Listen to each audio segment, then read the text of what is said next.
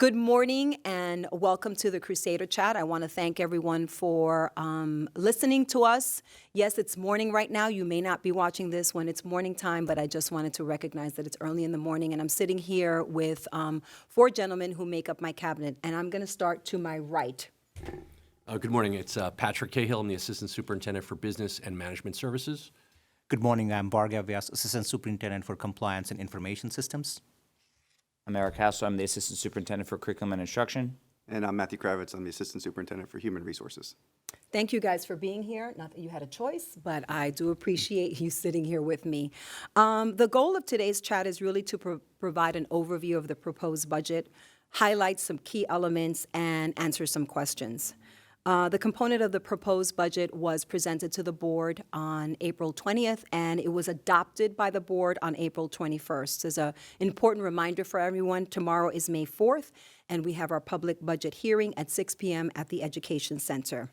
So today I want to just begin with a broad overview of the proposed budget, and I called it Back to the Basics because after these past 2 years of having to spend a lot of time on COVID, I think it's very important for us to get back to the basics of teaching and learning. And so if you saw the budget presentation, I had this big, it looked like a telescope or a microscope, focusing on the academic piece.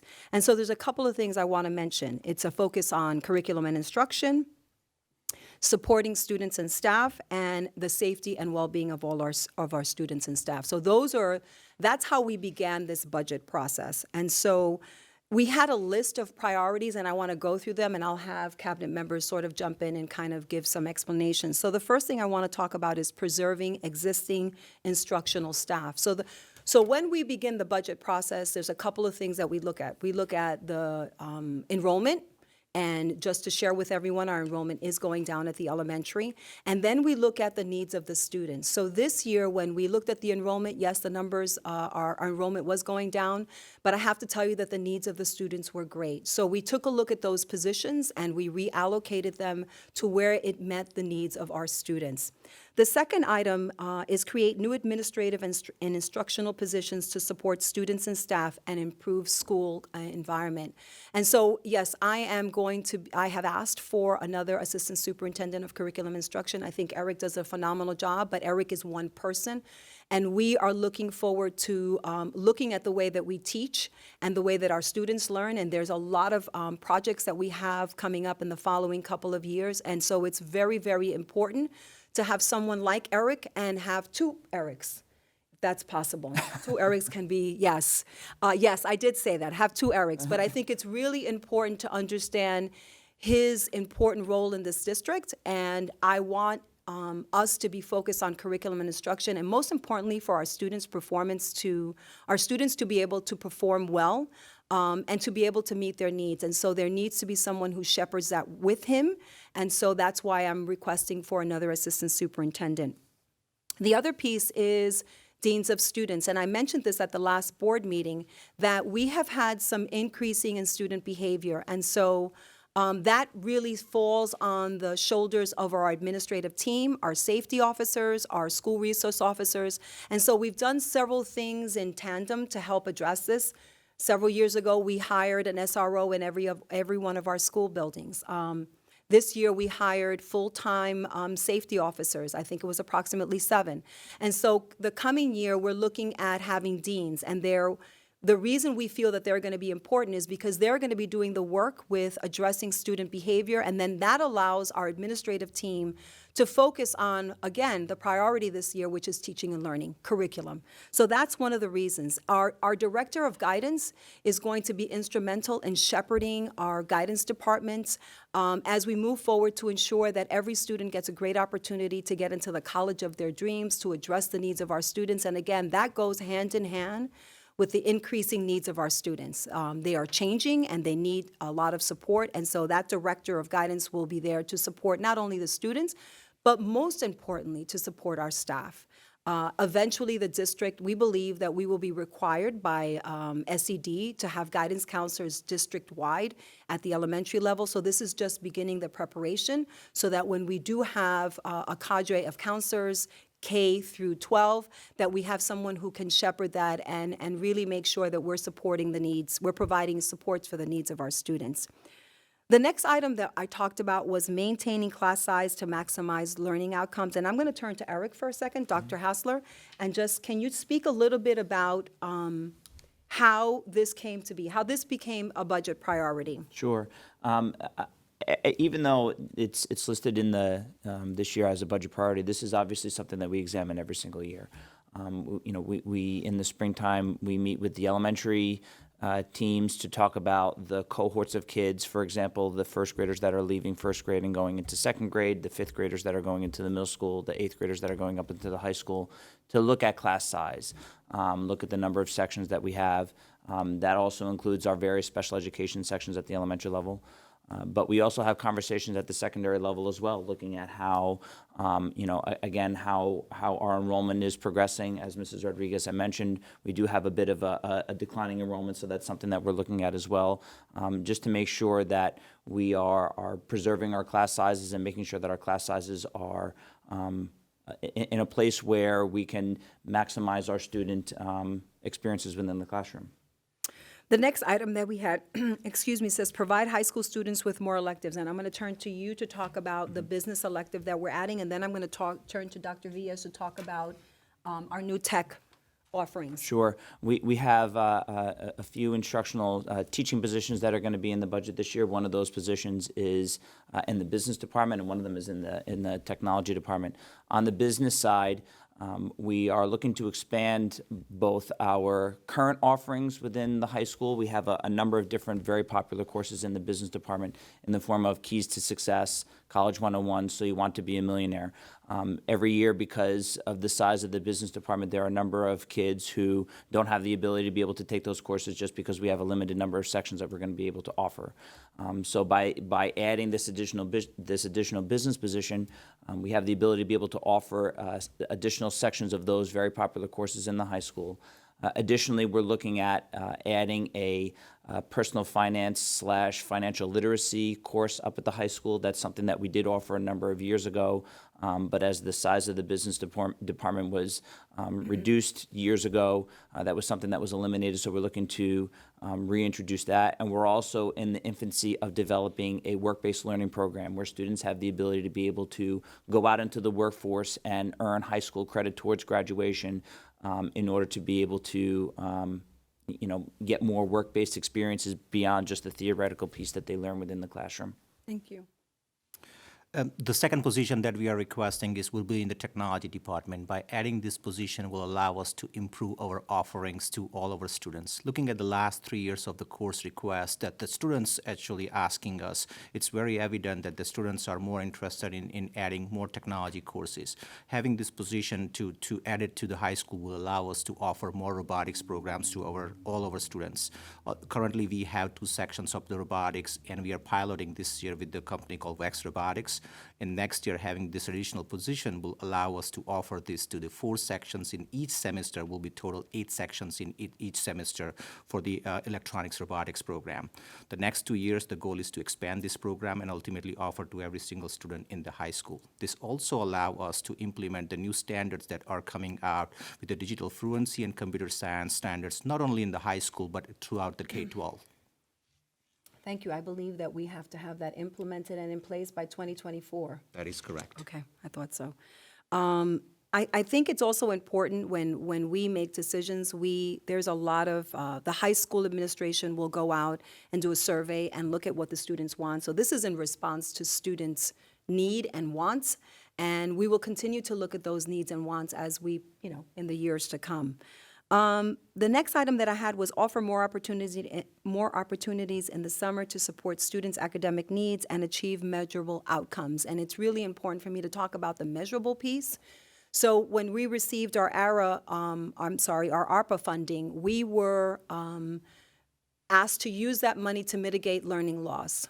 In addition to do that, they've also asked us to collect data to see that if what we're doing is working. So this year, I think there's going to be a new component to the summer Say that again? Summer Bridges. Thank you. Summer Bridges, and we're going to take a look at that, and we're going to really start to delve into the data of the students and look at how we do things and be reflective on how we do things, only to make it better and to really improve student performance.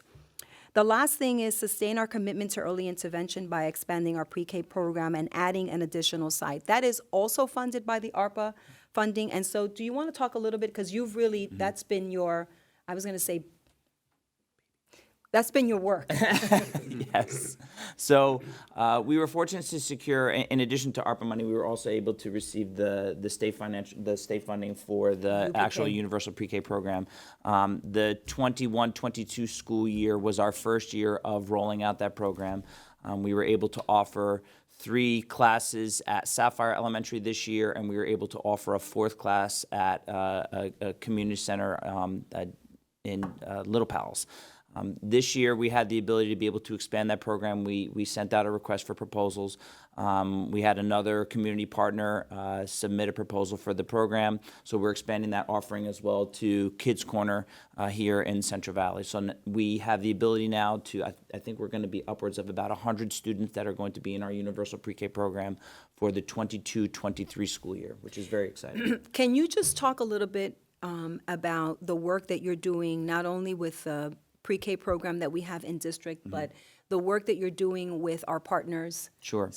So ultimately, because we're using both the ARPA money as well as the universal pre-K funding for this, the school district is required to maintain oversight of both in-district programs as well as the programs that are in the with our community partners.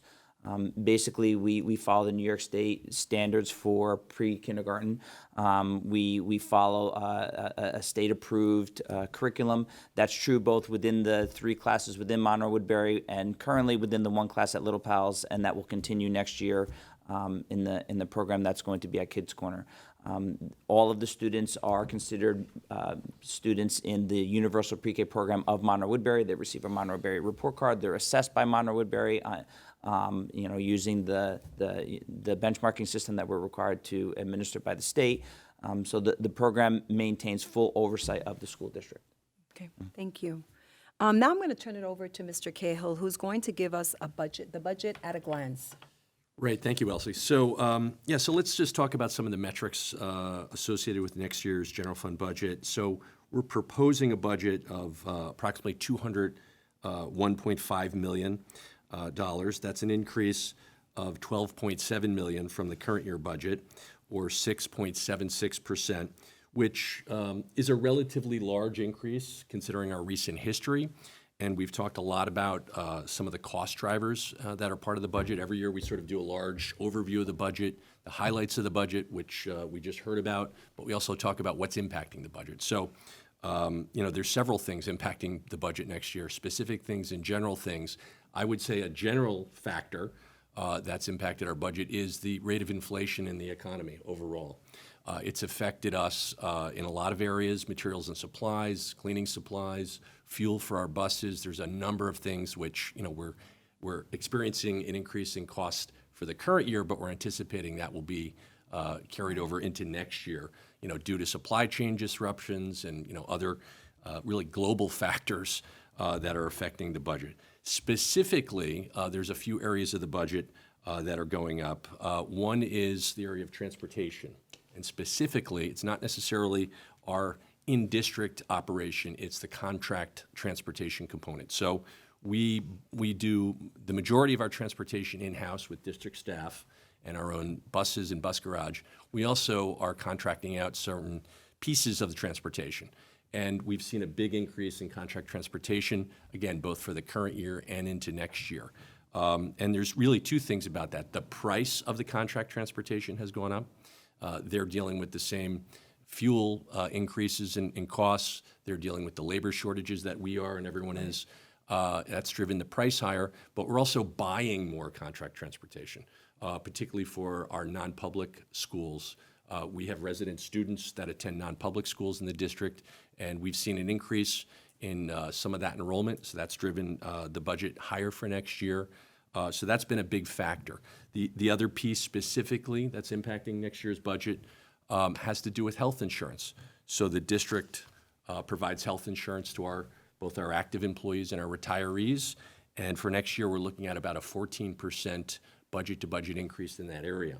So that's largely driven by an increase in premiums, and the district is part of a consortium of school districts, and we self-insure, which means we do not go out to the marketplace and buy insurance from a provider. We actually self-insure and pay claims ourselves, and we come up with a premium value for each of the school districts that participate.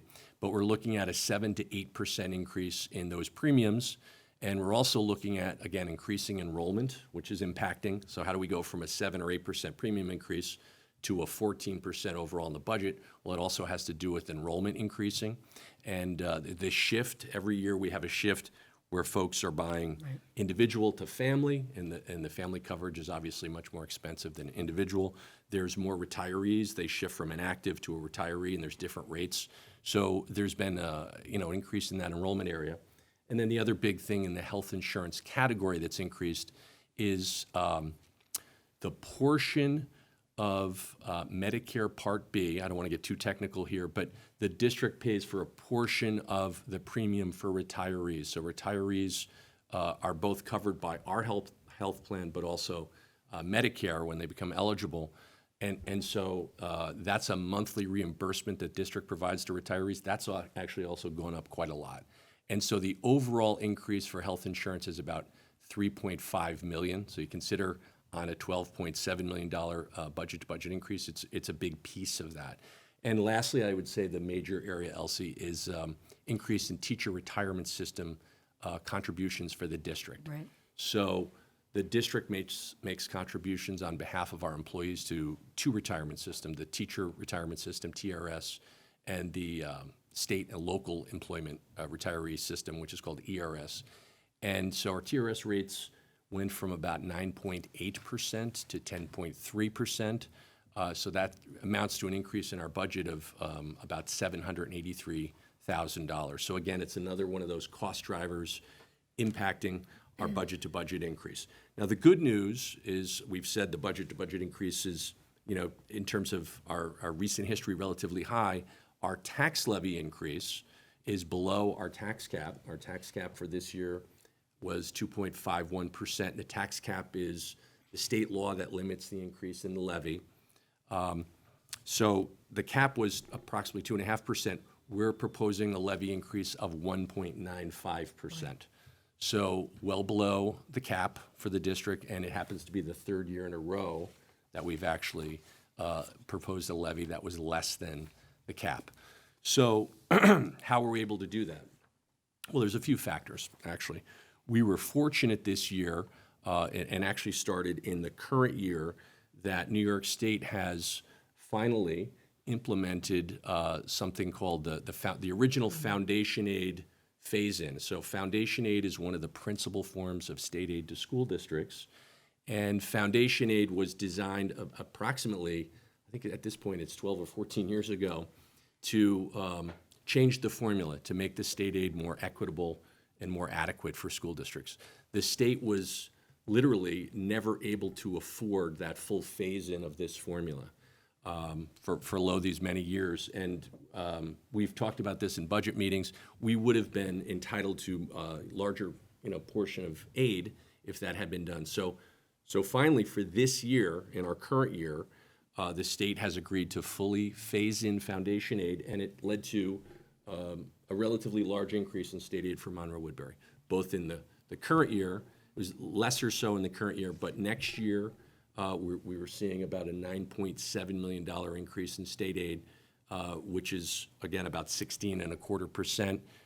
We lobbied for that. I was going to say, we lobbied, every time we go down on lobby day, we've always lobbied to get this back to where it's supposed to be, to really give us what we were entitled 2 years ago. That's right. And the state had originally designed, as I said, this to be a better formula, a more equitable formula, and they just literally weren't able to afford it. So that has finally been phased in, and that's helped the district considerably with us actually getting the state aid we're entitled to. That's one piece of how are we putting the budget together. The other piece is the use of our district reserves. So reserves are like savings accounts that the district is able to have, and we're proposing to use $200,000 from our employee benefit accrued liability reserve. So that's just a fancy name for an account where we put aside money for employees when they retire, and they may be entitled to get a financial payout for days, vacation days, or sick days that they've accrued. So we're using some of that reserve money for next year's budget. And then the other piece is something called assigned fund balance. So assigned fund balance, again, is another form of savings. It's a little different than a reserve. A reserve has a specific purpose. The unassigned fund balance, which we assign, is sort of free and clear fund balance or savings. We're limited to 4% of our subsequent year budget in that category. So we're taking $2.2 million of our unassigned fund balance and applying it to next year's budget to lower the tax levy. And that's how we're able to go with a 6.7, 6.8% budget-to-budget increase, but only have a 1.95% levy increase. And of course, the tax levy is a major piece of the district revenue. It's the principal amount.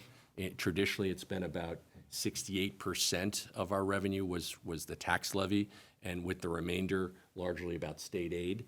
So that's shifting a little bit, but it's good news that, again, for the third year in a row, we're able to keep the levy increase below 2%, below the cap, and still maintain our programs, and in some cases, enhance them as we're proposing for next year. Can you again just tell us what the tax cap is? When you do the calculation for us, the tax cap is? It's 2.51%, Okay. approximately 2.5%. We talk about the cap every year. It's actually like an 8-step formula. And we've always called it the 2% tax cap, but rarely does it come out to be exactly 2% for school districts because of this multi-step formula that we have to go through. The one factor in it, and I want to, again, get too technical, there's a capital exclusion, and what that means is you go through the formula, and then if you have capital expenses, debt, or, related mostly to capital work, or in our case, buses, bus purchases, which we typically do every year, are considered a capital expense. You're able to add that back in. So typically our cap would have been a little higher, but that's one of those things for next year, because of some of the contract transportation we've been able to use, we're foregoing our bus purchase. Right. There's usually two propositions. gonna say Proposition one is about the general fund budget, and two is about the bus purchases. So we feel like we can forego bus purchases, usually about $1 million, so it's not insubstantial for next year. Based on what our current fleet and the sort of the condition that our buses are in. Thank you. I think one of the other question that people are wondering, and we had it in our presentation, is, so we take the budget to the voters, it has to be passed by 50+1, right? Percent. And so the question that was asked, so what happens if we don't pass the budget? I think it's twice, right? You have Right. the opportunity to go back and send it out to the voters to vote again on it. But talk to us about the contingent budget. Okay. What would happen if we had to implement a contingent budget? Right. So a contingency or austerity budget, that's a term sometimes used, is the budget that must be adopted by the board if the budget is presented to the voters and it fails on two separate occasions. So it's, for this year, budget vote date is May 17th. Correct. Right? That's a statewide date. And then there's another date in June, again, a statewide date. It escapes me at the moment. It's typically mid-June. So that's the second budget vote date. And so if the voters say no, they fail to pass it on two separate occasions, we adopt this contingency budget. So there's certain mandatory cuts or reductions in the budget. The largest, most significant thing is your tax levy cannot increase from the current year. So in other words, for Monroe-Woodbury, we would have to find approximately $2.4 million in cuts, Okay. so that our levy would remain the same. So that's one piece of a contingency budget.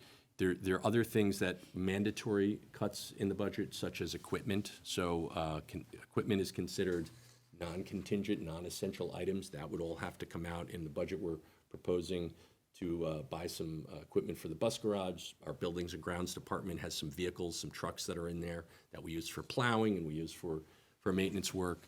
That would all have to come out of the budget.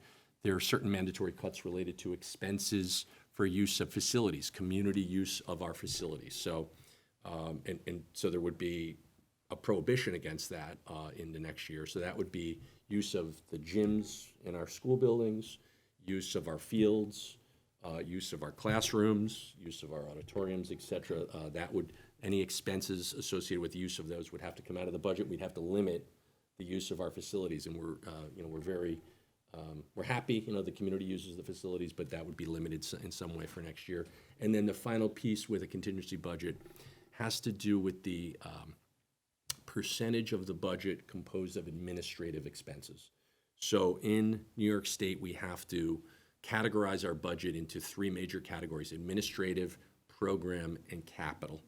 And so as part of the law, the administrative component cannot exceed the administrative percentage from the prior year. So that would again be something, and we've looked at that, we'd have to analyze that and make some potential cuts in that area. So You mean cuts to it, because what we're saying is the positions that we're putting up would not be, obviously, we would not have those positions. But in addition to that, there would be other cuts. for sure. Okay. Because again, $2.4 million is a big number. And so we would really have to go to the drawing board on many things. We'd make those mandatory cuts, and then we would have to, start looking at, Other I would things. think, other things, potentially, backfills of retirements, those sorts of things. That would be the obvious first place to look. Any new positions, that the mandatory cuts, new positions would maybe come out, and then we'd have to look at, retirements and other not backfilling vacancies within the budget to again meet that $2.4 million threshold. Thank you. You're welcome. Does anybody on the panel want to say anything else? Anything you want to talk about? There were a couple of questions, I think, that one of them was a question about pre-K. Isn't universal pre-K actually a free program? So there is no cost for parents to send their children into that program. That's a program that's being offered by the school district. The school district does receive aid for that program. I believe it's approximately $5,600 per student, I think, Correct. for that program. However, the cost of educating students in that program, both within the school district program as well as with our community partners, is over that. So the district is required to absorb those costs.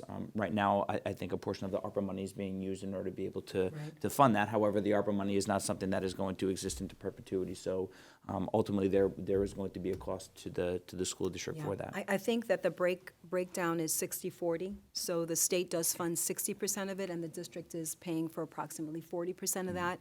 But when we did the presentation, I think it was a year ago, summer. we talked about the fact that we knew the foundation aid would increase, so we planned, right? So when the ARPA money is no longer available to us, we are looking at the foundation aid as something that we want to continue, because we committed to this. We said that we thought this was really important for our students.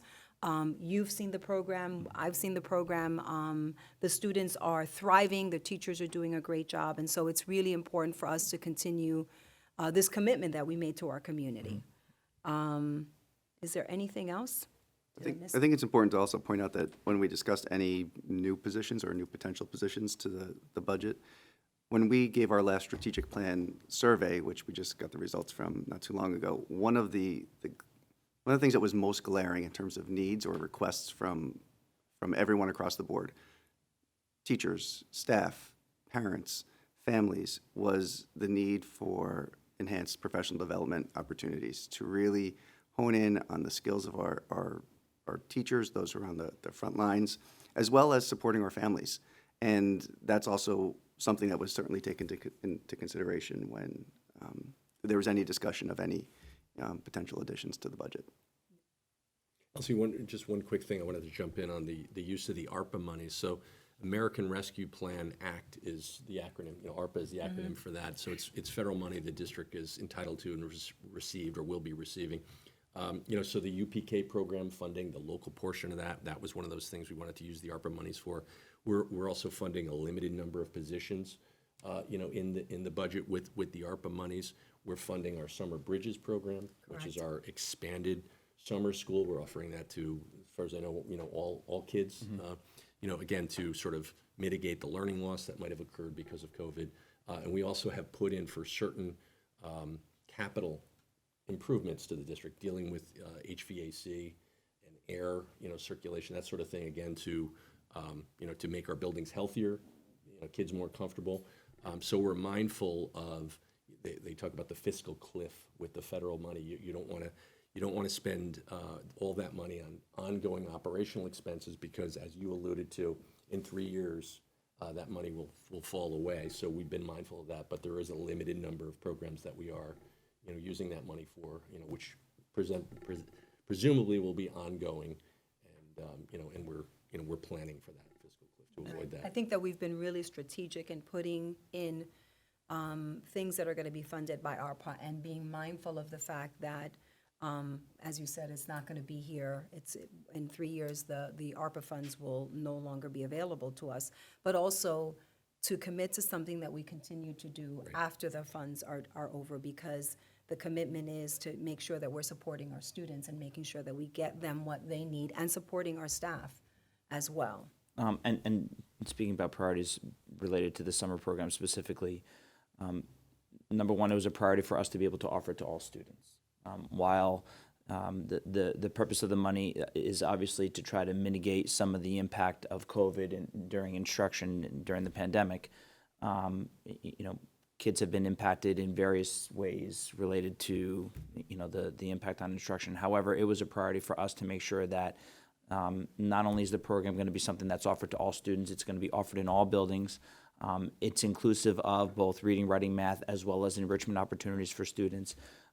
So that is definitely something that was a priority last year, and it's a priority continuing into this current summer as well. It is. Thank you. So I want to thank everyone for sitting here with me. I don't think you had a choice, but I do appreciate you coming to the table and talking about some of the things. I want to thank the community for taking the time to listen to us present this budget. Again, I want to remind everybody that tomorrow we have our budget hearing at 6 o'clock at the Education Center right here.